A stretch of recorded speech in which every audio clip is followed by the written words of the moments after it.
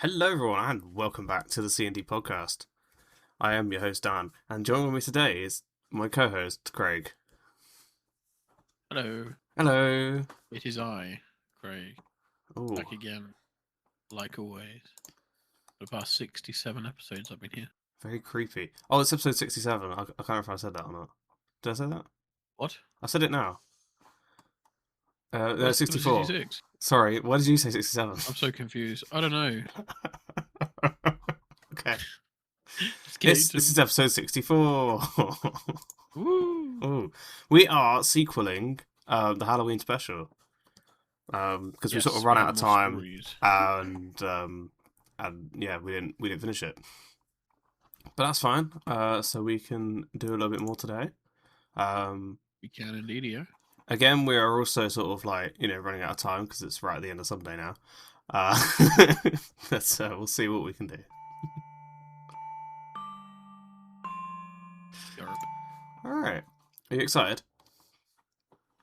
I'm hoping the caliber of story has gone up a little bit. I think the only one that was creepy was the one with the ghost child. Oh no, the ghost woman. Sorry. That's all right. So this is actually the same author. In fact, both of the stories I have here are from that same author. He seems to be very popular on the subreddit here. I can understand why. Yeah, so this is from GamalFrank. So this one has more of a curious more curious title than the second one. So I'm going to start with this one. So this is the title. My dad spent 15 years tending to a tree in our backyard. I just cut it down, and I don't think it was a tree. Sorry, what? So that's exactly, yeah, I want to know what. I don't know what's going on now. Questions are immediately coming by, but alright. So if any point you want to interrupt or ask a question or comment or anything, feel free. Don't worry about it. All right. Okay. Okay. I'll try and do my voices. I am still recovering from the illness last week, so bear with me. All right. Yes. And the links to these are in the description as well, so you can read along or not. Yeah, whatever. Do what you like. Okay. I don't know where else to turn. I can't talk to my mum about this. She's already a wreck. So we went on Reddit. Okay, sorry. Carry on. I can't talk to my dad because, well, he's the reason I'm writing this. I did something, and I thought I was doing the right thing. I thought I was saving him. But now the house is filled with a silence that is so much worse than the screaming I wish I could hear. And I see the look in my father's eyes, and I know I've made a terrible, terrible mistake. I need help. I need someone to tell I need to do. What? Hang on. I need someone to tell I need to do. I need someone to tell what. I need someone to tell I need to do. Oh, maybe I need someone to tell me what to do. Maybe. Hang on. I need someone to tell me what to do? I need someone to tell I need to do. No idea. That doesn't make sense. It's fine. We'll replace it with I need someone to tell me what to do. Yeah, maybe, yeah. That sounds good. Yeah, possibly. There's probably just a few missed words there. But I'm sure you can edit these, so I don't know why they haven't. Alright. We live in a nice house. The kind of place people move to when they want a family. A big yard, a picket fence, a flower bed my mum fusses over. It was a normal, happy place to grow up. Until the tree. Okay. It all started about 15 years ago. I was 10. My dad came home from work one day, absolutely buzzing with an energy I'd rarely seen. He was a quiet man, a decent man, worked a steady job in logistics, and his passions were small and manageable. He loved gardening, it was his escape. On this day, he was holding a small wrinkled paper bag. Look at this, he said. His eyes shined as he showed me a single gnarled black seed. It was the size of a pigeon's egg. Strangely heavy and covered in faint spiral patterns. Got it from the street vendor downtown, an old fella. Said it was special, said it would grow into a great tree, a king in our yard. Said it would cast... Sorry, is this just Jack and the Beanstalk? I'm feeling I'm getting those vibes. It wasn't a tree, it was the guy's sorry. Yeah. He climbed the tree. Said it would cast a shadow over the whole house and protect us. I was 10, and I thought it was cool. My dad was a sane, rational man, but he always got a bit poetic when he talked about his garden. I just figured he was exaggerating to make his only kid excited. We planted it together in the centre of the backyard. It was a good memory. One of the last purely good ones, I think. The tree grew, and it grew fast. Faster than any tree has a right to grow. Within a couple of years, it was already taller than me. My dad was ecstatic. He tended to it like it was some kind of deity. He built a small, neat wooden fence around its base. Not to keep animals out, but it seemed to designate its space as sacred. No one else was allowed to water it. No one else was allowed to prune it. Not that it seemed to need it. It was his. For years, my mum and I just accepted it. It was Dad's hobby, his thing. When he went out in the yard, kneeling by the tree, we knew that it was his time. We didn't interfere, we didn't think much of it.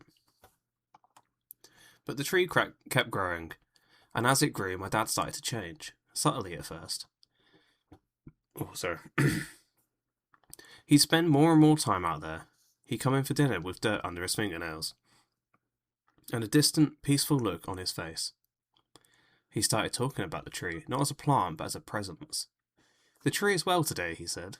He enjoyed the rain. We'd just smile and nod. By the time I was in my early 20s, the tree was a monster. Just fucking circled it cold. It was a species none of us recognised. Its bark was a smooth, dark grey, almost black, and its leaves were a deep waxy green that seemed to drink the sunlight. It towered over our 2-storey house, casting a vast, profound shadow over the entire backyard for most of the day. And that's when we really started to notice the wrongness. The first sign was the other plants. My mum's prize-winning roses, the vegetable patch, the cheerful little flowers she planted every spring. And anything that fell under this tree shadow for more than a few hours a day would wither and die. The soil beneath it became barren, grey, and hard as a rock. And then the animals. Birds stopped nesting in our yard. The squirrels that used to chase each other across the lawn vanished. Even our family dog, a golden retriever, would refuse to go into the backyard. He'd just stand by the back door, whining, his tail tucked between his legs, refusing to let a single paw in the shadow. But the worst change was in my father. His obsession became his entire existence. He quit his job. He said he needed to be home to attend the tree. He spent all day, from sunrise to sunset, sitting on a small bench he'd built directly under its densest branches. He just sat there. Sometimes we'd see him from the kitchen window, his head tilted, as if he were listening to something. Sometimes his lips would move, and we knew, with a certainty that made us sick, that he was talking to it. My mum and I tried to reach him. We pleaded, we begged. "Honey, please," Mum would say. Sorry, I do the voice. "Honey, please," my mum would say, her voice breaking. Prefer if you didn't. "Come inside, eat something. You look so thin." Oh, really? I can keep doing it if you want. Just carry on, it'll be funny for the listeners. Okay. He'd just shake his head, a slow, placid smile on his face. "I'm not hungry. The shadow is enough. It's so peaceful here. It comforts me. It can comfort you too, if you just come and sit with me." We never did.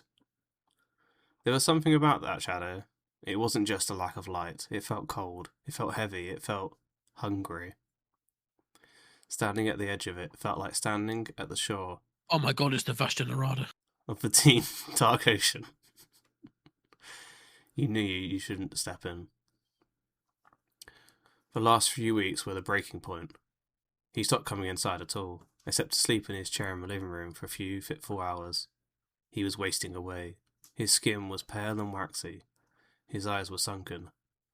But they held a serene, vacant glow that terrified me more than any anger could have. He was being consumed. The tree was eating him alive, and he was letting it. I decided I had to do something. I had to save him. The tree had to go. I waited until night. I watched through the window until he finally reluctantly came inside and slumped into his armchair, falling into his usual restless sleep. The house was silent. My mum was asleep upstairs. This was my chance.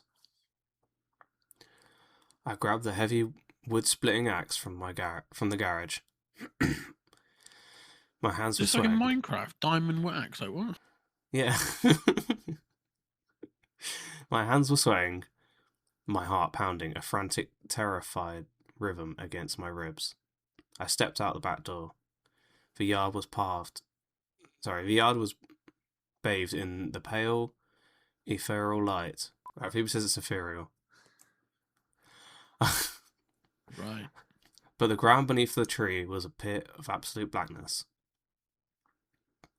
I stepped into the shadow. The cold was immediate, shocking. It wasn't a natural cold. It was a deep, draining cold that seemed to pull the warmth directly from my bones. I walked to the base of the tree. Its smooth, black bark felt strangely slick to the touch, almost like skin. I raised the axe. As the metal head touched the bark, I heard it. A whisper right beside my ear. A voice that was both male and female, young and old. It was a rustle of leaves and a sigh of wind and a voice all at once. Don't. I stumbled back, my heart seizing in my chest. It was crazy. In my head, I thought, he's going to say don't. I looked around wildly. The yard was empty. I had to have imagined it. It was the wind. It was my own fear talking back to me. It had to be. I steeled back, spat on my hands, and swung the axe with all my might. Thwack! The sound was dull, wet. Not the sharp crack of an axe on wood I was expecting. It felt like hitting a side of beef.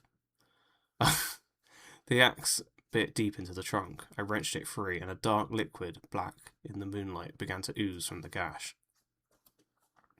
I ignored it. I swung again and again and again. I fell into a frantic, desperate rhythm, sweat pouring down my face, my muscles screaming. The wet, fleshy thud of the axe, the splatter of the dark sap, the deep, draining cold of the shadow. It was a nightmare. With every swing, the ooze from the gash flowed more freely. The coppery, metallic smell of it filled the air. It was a smell I knew, a smell that had no business being here. Blood. It was the smell of blood. Yep. I touched the sticky liquid with my fingers and brought them to my nose. It was blood. Thick, dark, real blood. Panic, stark and absolute, seized me. I wanted to run. I wanted to drop the axe and flee and never look back. But then I thought of my father, his vacant, smiling face, of him wasting away on his bench. I couldn't stop. I had to finish it. I screamed, a raw, wordless sound of rage and fear, and I put everything I had into the last few swings. The gash widened, the tree groaned, a deep, shuddering sound that seemed to shake the very ground, and then, with a final, tearing shriek of splintering matter, it fell. It crashed into the yard with a ground-shaking boom, its great branches shattering my mum's empty flower pots, and silence. The shadow was gone. I was panting, leaning on the axe, my body trembling with exhaustion and adrenaline. My eyes were drawn to the stump, to the place where I had cut it. I placed a small flashlight from my back pocket and aimed the beam at the wound. The inside of the tree wasn't wood.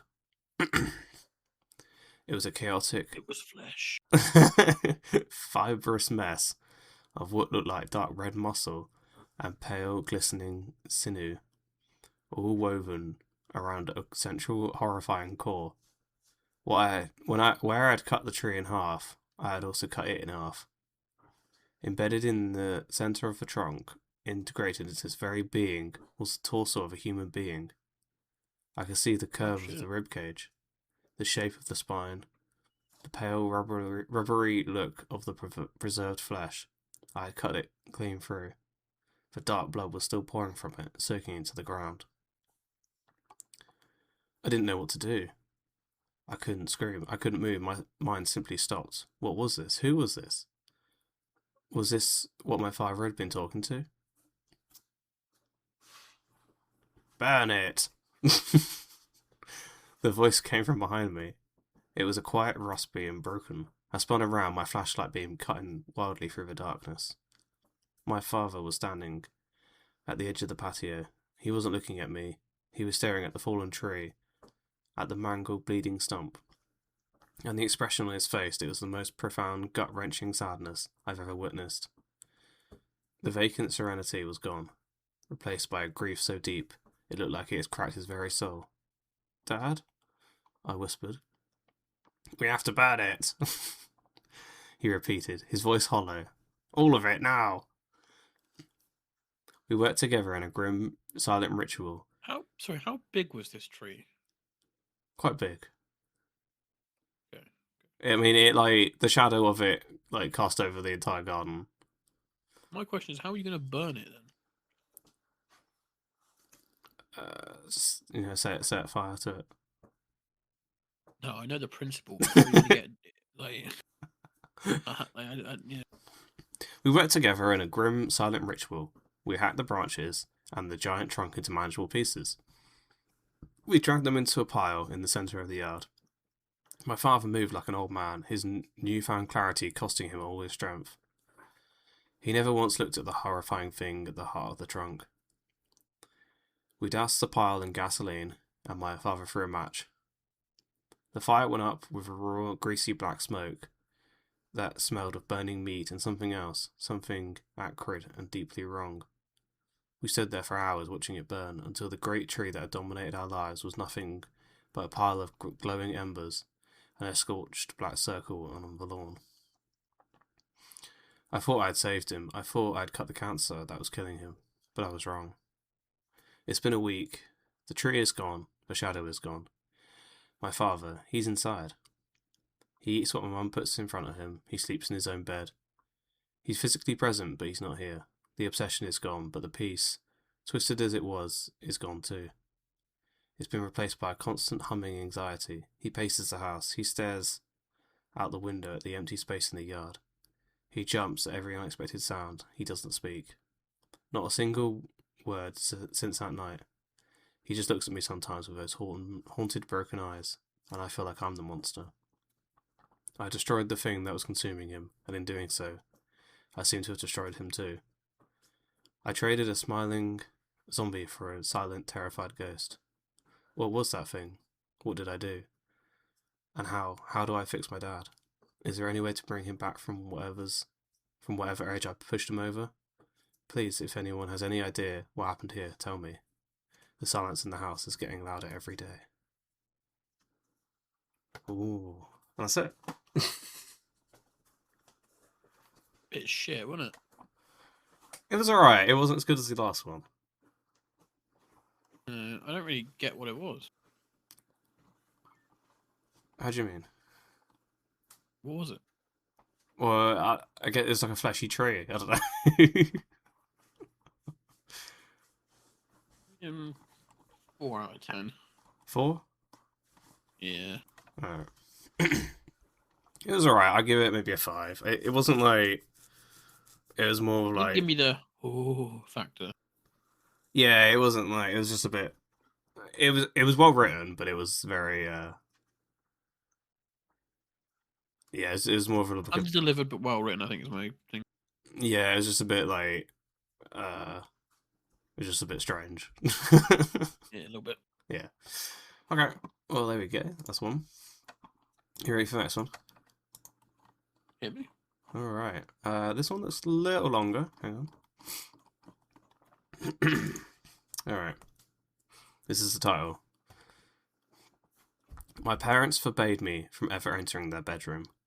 I finally broke in and this is good. I finally broke in, and I think the knocking I've heard my whole life was my sister asking me to kill her. Wait, what? Yeah.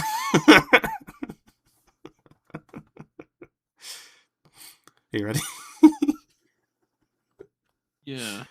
Yeah. Okay. There are rules in every family. Don't leave your wet towel on the floor. No TV until your homework is done. Normal things. In my family, we had all of those, plus one more. One rule that was absolute, unspoken, and enforced with a silent, terrifying finality. You do not go into mum and dad's bedroom. It wasn't just a knock first situation, the door was always locked. I was never, ever, for any reason, allowed inside. Not to ask a question, not to retrieve a stray toy that had rolled under the door. That room was a fortress. And for my parents, I was an invader.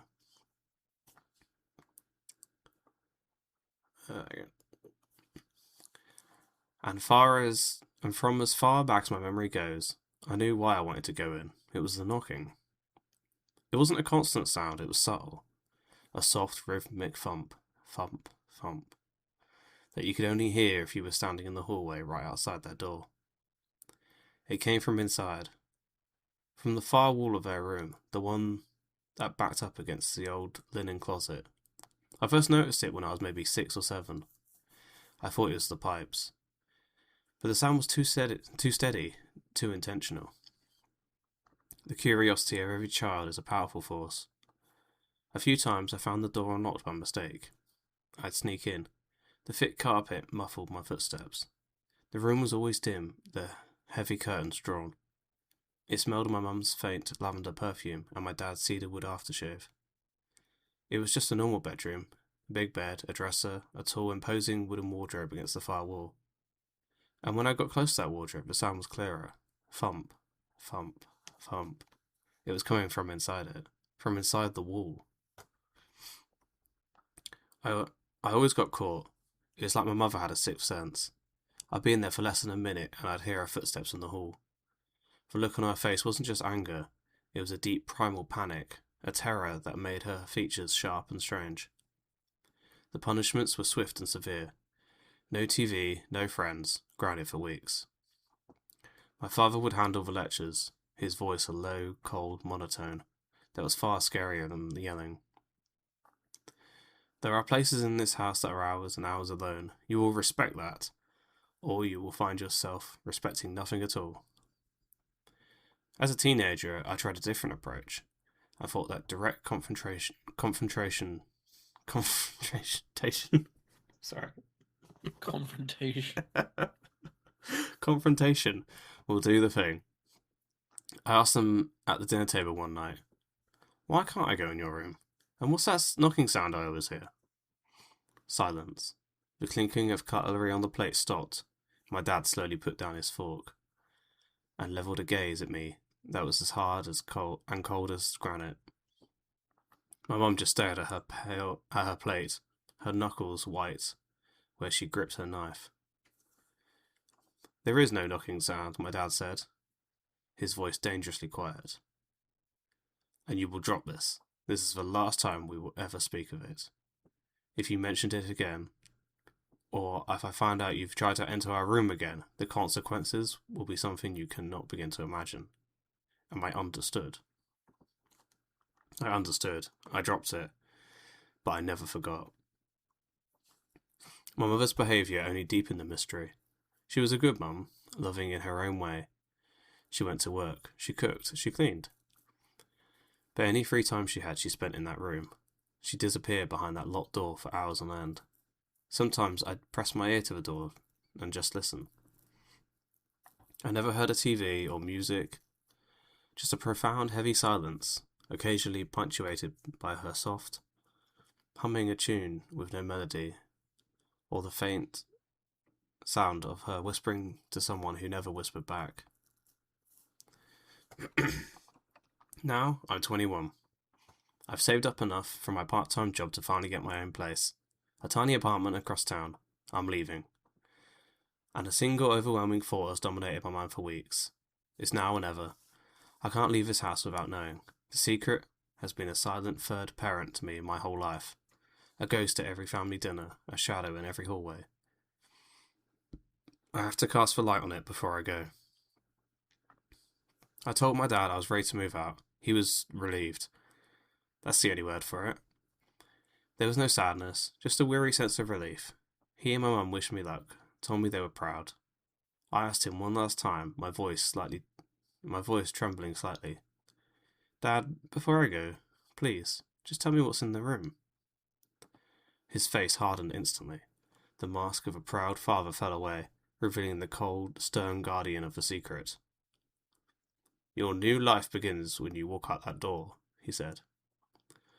What is in this house is part of your old one. You will leave it behind. Do you understand me? You will leave it all behind. That was his final answer, and it was my final motivation. I spent the last night packing my bags, a hollow feeling in my chest. The next morning, I watched from my bedroom window as their cars pulled out of the driveway, one after the other, on their way to work. The house was finally mine. My heart was a frantic bird in my ribs. I walked to the kitchen, to the old ceramic cookie jar, shaped like a smiling pig. It was always where they kept the spare keys. I reached inside, my fingers closing around the single cold brass key, the key to their room. I stood before their door, the key trembling in my hand. I slid into the lock with a well-oiled click. I turned it, pushed the door open, and stepped inside. The room was exactly as I remember it. Dim, still smelling of lavender and cedar. The big, dark wardrobe stood like a monolith against the far wall, and as I crept closer I heard it, clearer than ever before. Thump, thump, thump. It was a slow, weak, but steady rhythm, a sound of flesh on wood. I knelt down, pressing my ear against the cold plaster of the wall, right beside the wardrobe. The sound was right there on the other side. My own breathing was loud in my ears. I don't know why I did it. Maybe I just needed to prove to myself that I wasn't insane. I spoke to the wall, my voice a choked whisper. Hello? Is someone there? The knocking stopped. The silence that followed was so absolute, it felt like a pressure against my eardrums. I waited. Nothing. As I was about to stand up to write it off as the house settling, when a sound came back through the wall. It was a voice. A faint, dry, rasping sound. A feminine voice, stretched and thin, like a recording played on dying batteries. It spoke in broken, staggered syllables. Kill me. Sorry. I jerked back as if I'd been burned. I scrambled away from the wall, my mind refusing to process the words. Kill me? I must have misheard. It had to have been someone else. But the voice came back, a little stronger this time, a desperate scratching plea. Kill me, please. But this was real. There was someone in that wall, a prisoner. My mind went to a dark place, thinking my parents were monsters, that they had someone locked away. I looked at the wardrobe. It wasn't just against the wall, it was clearly deliberately blocking something.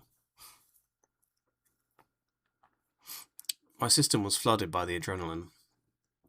I grabbed the sides of the heavy wardrobe and pulled. It was old, solid wood, and it barely budged.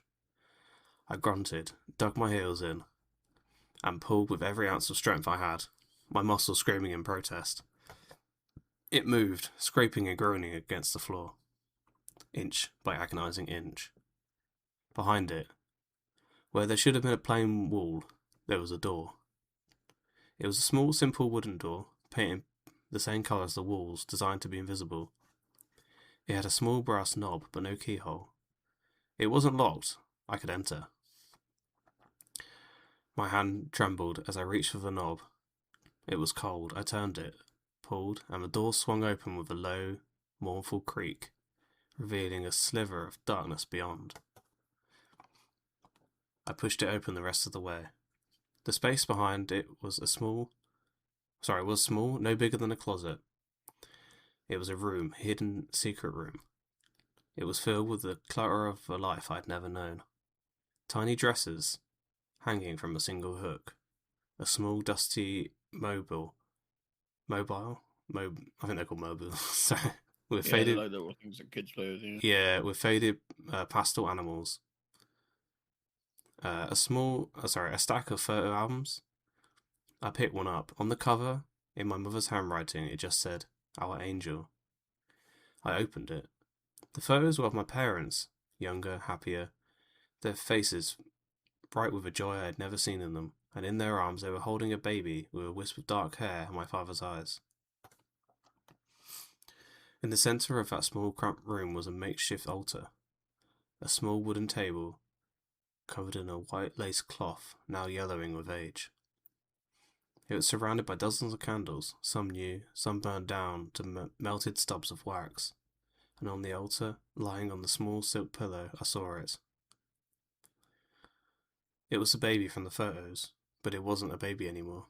It was a thing. Its body was small, shrunken, and desiccated, mummified. Its skin was a pale, translucent parchment stretched tight over a tiny bird-like skeleton. Its eyes were closed, its mouth a tiny black O in its shrunken face. It was horrific, a tiny, preserved corpse displayed like a holy relic. I felt a sudden, overwhelming urge to touch it. A pull, a need to contact with this impossible, tragic thing. I reached out a shaking hand and gently, laid my fingertips on its cold, dry forehead. And the world exploded. I saw visions, memories, and pictures that were not of my own. All flooded my mind with the force of a tidal wave. I saw a sterile white hospital room, my mother sobbing, her face buried in my father's chest. A doctor with a grim face saying the words, "I'm so sorry. There was nothing more we could do. Your daughter is gone." I saw my parents in their bedroom, the one I stood in now. They were holding the tiny, still body of their daughter wrapped in a hospital blanket. My father, with a face covered by a desperate, insane grief, was drawing a circle on the floor with red chalk. "We can bring her back," he was whispering. His voice was a frantic prayer. "The book said we could. We just have to anchor her, keep her vessel to stay in. Give her a vessel to stay in." I saw them place the tiny body in the centre of the circle on the altar. I saw them kneeling, chanting words from a language that made my teeth ache. I saw the candles flicker and die, and a coldness fill the room, and the tiny body on the altar twitched just once, and I felt her spirit, trapped, snatched back from the peace of oblivion and slammed back into the dead, decaying shell. I felt her confusion, her terror, her unending internal suffering. A conscious mind growing, learning, trapped in an inert, unchanging prison of flesh, unable to move, unable to speak, able to do nothing but feel the slow, inexorable passage of decades, and knock, knock, knock on the silent wall of their bedroom. And through it all, I could hear her voice as a clear, soul-shattering scream inside my own head. "Please kill me." I ripped my hand away, stumbling back, a strangled sob tearing from my throat. I finally understood. My parents weren't monsters. Not in the way I'd thought. They were just broken. Drowned in a grief so profound they had committed an atrocity to try and escape it. They hadn't imprisoned a stranger. They had imprisoned their own daughter, my sister. I knew what I had to do. There was no other choice. I grabbed an old soft blanket from the foot of their bed and returned to the hidden room, and carefully, reverently wrapped the tiny mummified body. It was as light as a bundle of dry leaves, and I put it in my duffel bag on top of my clothes. I took one last look at the sad, terrible little room, and then I walked out. I didn't close the hidden door. I didn't move the wardrobe back. I want them to know. I left the key on the kitchen table. I walked out the front door and never looked back. The drive was a blur. The visions didn't stop. I felt her gratitude. A wave of pure, beautiful relief, but it was tangled with the agony of her long imprisonment. I felt her pain, her loneliness, her terror. I felt my parents' grief, a crushing, unending weight. I drove for hours until the city was a distant memory, until I was on a lonely road, surrounded by nothing but fields and rust. I found what I was looking for, a desolate, abandoned scrapyard. There, among the mountains of rusted metal and broken dreams, I built a small pyre. I unwrapped my sister's body one last time, whispered an apology for my parents, for my own ignorance, for her entire stolen life. I laid her on the pyre, doused it in a lighter fluid, and with a flick of a match, I set her free. I watched as the flames consumed her, and her tiny earthly body turned to ash, and I cried. I cried for the sister I never knew. I cried for my parents, who could never go back to. I cried because I'd done the most merciful thing I could imagine, and it was also the most monstrous. They'll come home. They'll see the open door. They'll know what I've done. They will hate me. They will despise me for taking away the one thing they had left to her, even if it was a perversion of her memory. I freed my sister, but I destroyed my family, and I don't know how I'm supposed to live with that. And that's it. I think it would have been better if they didn't spoil it in the title. Yeah, I was thinking that, actually. I think I said that last time, No, actually. it's I'm pretty sure this title was a bit more of a spoiler last time as well. So I just didn't tell you what it was. Yeah, right, okay. Yeah, maybe I shouldn't have done. Maybe I'll keep that secret next time. But yeah, you're right. It does kind of spoil it a bit. Just a little bit, but I still liked it. Yeah, I thought it was really much better than the other one. Yeah, I really like sort of like the backstory as well. Like, yeah. Yeah, I guess they went on and lived their life and never saw their parents again. Well, he did, yeah. Yeah. Yeah. Well, there we go.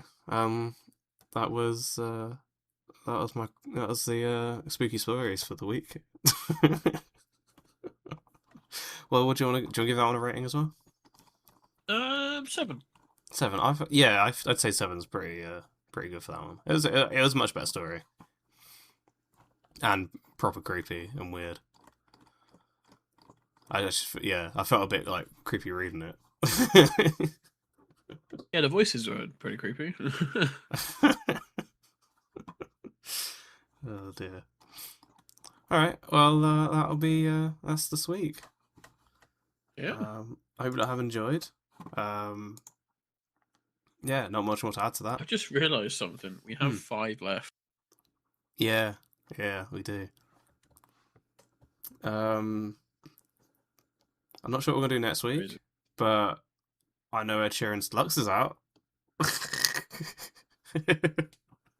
Yeah, it's my week. We're doing a mystery. The mystery of Gearing up with Ed Sheeran's the bigger album. ones.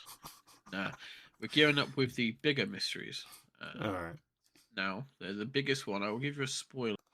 Yeah. The last mystery podcast. So it's going to be me next, then you, then me, then you, then me. So the last one is the big quiz, isn't it? So not in 2 weeks' time. It's the final mystery one. So we'll have. Hang on. So it'll be the 28th. Will be the next one, and then there'll be 4 more. Yeah. The last one will be the Christmas. Yeah. Yeah, you're right. Yeah, 5. Yeah, 5 left. Damn, son. So in 3 weeks' time, we will have the final mysteries, and I can tell you now. Yeah. That the mystery will be. Are you ready for this? Wait, I think I've told you, haven't I? Possibly. Not sure. The escape from Alcatraz. Oh no, you did tell me that one. One of my favorite. I saved it to last. Yeah. And it's been a difficult to save it to last because I have books on this thing. I've watched the film 7 times. Like, is there a film? What? Oh, we'll have to watch it. We'll watch the film as well then. What do you mean you don't? Sorry. You know me, I don't watch films. How have you not watched Escape from Alcatraz? Oh, we'll have to watch it then, yeah. As always, guys. I hope love enjoyed this week, and Yes. we'll see you all next time. We're gearing up for the big mysteries now, guys. We're See you gearing next up, week for for the year's end, the big quiz. Yeah. Ed Sheeran's second deluxe CD. I guess we know what Danny's one's going to be in 2 weeks' time. Am I joking? I will give it a listen though. I want to see. I doubt it's going to be much better. But we'll see what happens. Oh, I'll see you all then. Bye. Bye.